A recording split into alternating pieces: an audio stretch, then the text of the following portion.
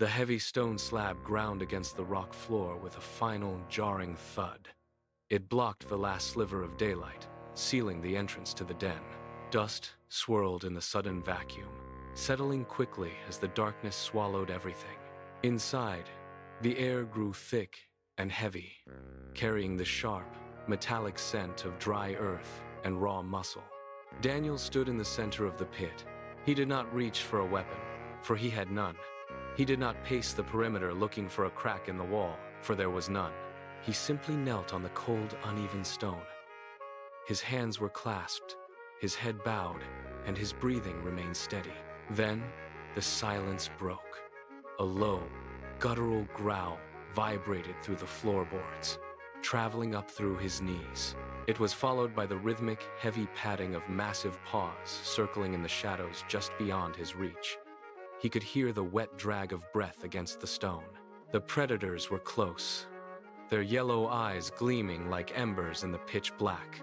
He did not move. He did not flinch. Outside the pit, the air was cool and still. The leaders stood in a tight circle, arms crossed, listening to the silence of the tomb they had created. They had spent weeks in the shadows, watching every move Daniel made. They had scoured his accounts for a bribe, searched his history for a secret, and combed through his records for a single lapse in judgment. They found nothing. His consistency was a wall they could not climb. Frustrated, they turned their focus to his faith. They knew the rhythm of his life. They knew he returned home at midday, climbed the stairs, and threw open his window to face the city. They waited for that moment. When they convinced the king to sign the decree, they did not have to guess his reaction. They watched from the alleyway as Daniel walked home, his pace unchanged. He climbed the stairs. He threw open the window.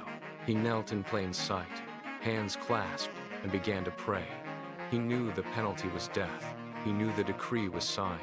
He did not close the shutters. He did not lower his voice.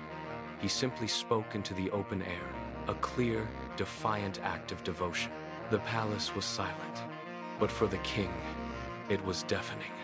He paced the length of the marble hall, his sandals striking the stone with a rhythmic, hollow snap. The weight of the decree he had signed pressed against his chest. He had been a pawn in the leader's game, and the realization burned. He stopped at the long table, looked at the untouched tray of roasted meat and wine, and swept it aside with a single motion. The silver clattered against the floor, rolling into the shadows. He dismissed his musicians with a wave of his hand, their lutes and harps falling silent mid-chord. He did not want the melody. He did not want the distraction. He walked to the window, but the night offered no clarity. He turned back to the center of the room, where a dozen torches cast long, jagged shadows against the tapestries. He stood there, staring into the flames, his mind trapped in a loop. He saw the guards again. He saw the iron gate. He saw Daniel being dragged away into the dark, his expression unchanged, his eyes fixed on something the king could not see. The king gripped the edge of the stone hearth, his knuckles white. He did not sleep.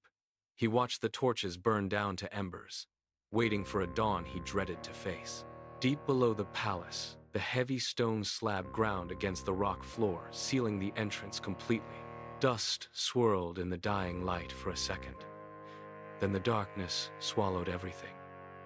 The air inside grew thick, tasting of dry earth and raw muscle. Daniel stood in the center of the pit. He did not reach for a weapon, for he had none. He did not pace the perimeter searching for a crack in the wall, for there was none.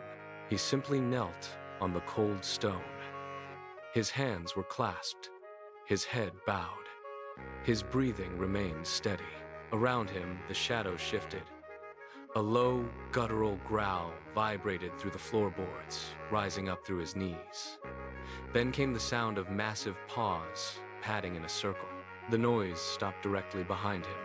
Hot breath washed over the back of his neck, smelling of iron and old blood. Yellow eyes gleamed in the dark, inches from his face. The great beast lowered its head, muscles coiling to strike. Daniel did not flinch. He did not open his eyes. The lion opened its jaws, rows of teeth ready to tear, and froze. They sat motionless like statues, their jaws held shut by an invisible force. The only sound in the tomb was the steady, calm rhythm of Daniel's prayer. The first hint of gray light bled across the horizon, cutting through the heavy velvet curtains of the royal chamber. The king saw the change in the sky and surged from his chair. He did not call for his guards. He did not wait for his attendants. He pushed through the heavy oak doors and into the corridor, his pace quickening into a run. His sandals slapped against the cold marble, a frantic, uneven rhythm that echoed through the empty halls. He rounded the corner, his shoulder brushing the stone wall, and he stumbled, his foot catching on the edge of a rug. He caught his balance, hands splayed against the cool masonry, and pushed off again without breaking stride. His breath came in sharp, ragged gasps. He ignored the startled looks of the palace staff as he burst into the courtyard. He crossed the stone path, his eyes locked on the distant, dark mound of the pit. He reached the entrance, his chest heaving, his hands trembling as he reached out to touch the cold, unyielding rock. The king stopped. His chest rose and fell in jagged, uneven rhythms.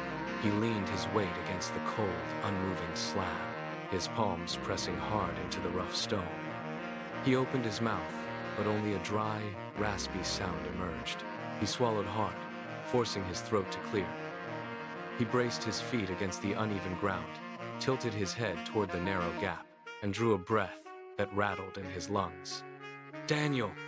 His voice cracked, thin and brittle in the morning air. He pushed harder, his tone rising into a desperate, jagged plea. "Servant of the living God, has your God saved you?" He pulled back, his head tilted, straining to catch even the faintest movement from within. The wind died down. The birds in the nearby trees ceased their chirping. The entire courtyard seemed to hold its breath. Seconds stretched into an eternity. He stared into the black void, his knuckles white against the stone. Nothing shifted. No sound of movement, no rustle of fabric, no intake of breath answered him. The silence was absolute, heavy, and suffocating. The king did not move. He kept his ear pressed to the cold stone, his eyes squeezed shut against the morning glare. Then, the silence broke. It did not come with a struggle or a cry, but with a voice steady, calm, and resonant. It rose from the dark pit like a stone dropped into a still pool, sending ripples through the heavy air. "My God sent his angel." The words were clear, devoid of tremor or strain. The king pulled back, his hands slipping from the slab as he stumbled half a step away. "And shut the mouths of the lions," the voice continued, drifting up from the depths with the weight of absolute certainty. "They have not hurt me." The king stood motionless. The frantic pulse in his throat slowed. He looked down at his own trembling hands, then back at the sealed entrance. The air around the pit seemed to change, the oppressive weight of the tomb lifting as if the earth itself had been rendered hollow. He stared at the stone, his mouth slightly parted, the reality of the claim settling over him. The king exhaled, a long, shuddering breath that left his shoulders sagging, the terror of the night dissolving into a profound, heavy awe. The king snapped his fingers, a sharp, metallic sound that cut through the lingering silence. The guards moved forward, their boots crunching on the loose gravel. They braced their shoulders against the massive stone slab, muscles straining, veins bulging in their necks. With a guttural groan of rock against rock, the slab slid aside.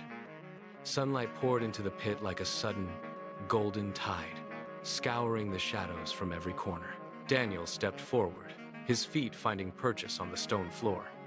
He walked out into the open air, his movements fluid and unhurried. Behind him, the lions remained where they had been all night, crouched and motionless, their jaws clamped shut as if held by an invisible, unbreakable lock. They did not growl. They did not stir.